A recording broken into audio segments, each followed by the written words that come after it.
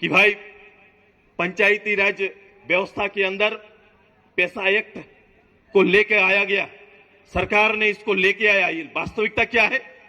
इस नियमावली को लेकर कोर्ट लगातार फटकार लगाता रहा, कोर्ट लगातार कहता रहा, कोर्ट ने एक अंतिम तिथि दी, तब सरकार एक नियमावली बनाकर सामने लेकर आई।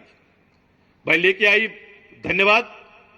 आपने कम से कम पंचायती राज व्यवस्था पैसा एक्ट के अंदर एक पंचायत को चलने, ग्राम सभा को एक ताकत देने का पहल किया। अब उसमें देखिए, उसमें सरकार और सरकारी पदाधिकारी, सरकार के मुखिया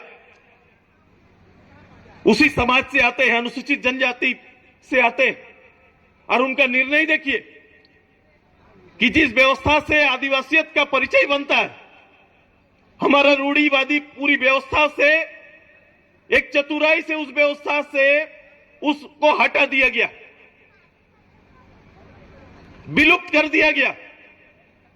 मतलब ट्रेडिशनल सिस्टम के लिए तो हम जाने जाते हैं, हम ट्राइब ट्रेडिशनल सिस्टम के लिए हमारा परिचय है, लेकिन उसे समाप्त कर दिया।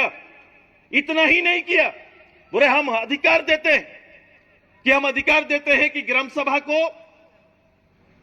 हम अधिकार देंगे कि थाना का अधिकार, जल का अधिकार, जमीन का अधिकार, जंगल का अधिकार देते हैं।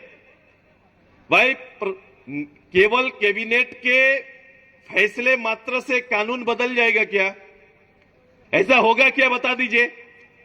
अगर कोई भी आज जल जंगल जमीन के लिए कानून बना हुआ है, जमीन का प्रबंधन कैसा होगा वो एक्ट है।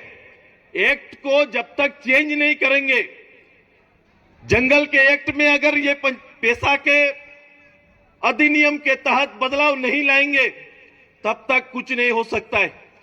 आप किसी दरोगा को किसी के गिरफ्तारी से रोक ही नहीं सकते हैं। किस शक्ति के साथ रोकेंगे? क्योंकि आईपीसी में आपको अधिकार दिया ही नहीं हुआ है। जब तक उसको चेंज नहीं करेंगे, ये कभी भी प्रभावी नहीं हो सकता है। ये सरकार ऐसे ही करते रही है। ये सरकार सारना कोर्ट को लेकर रही की, आरक्षण को लेकर रही किया, जितने भी इश्यूज थे, जितने भी महत्वपूर्ण एजेंडा थे राज्य के, सभी के साथ इसी तरह भावना से खेलने का काम किए।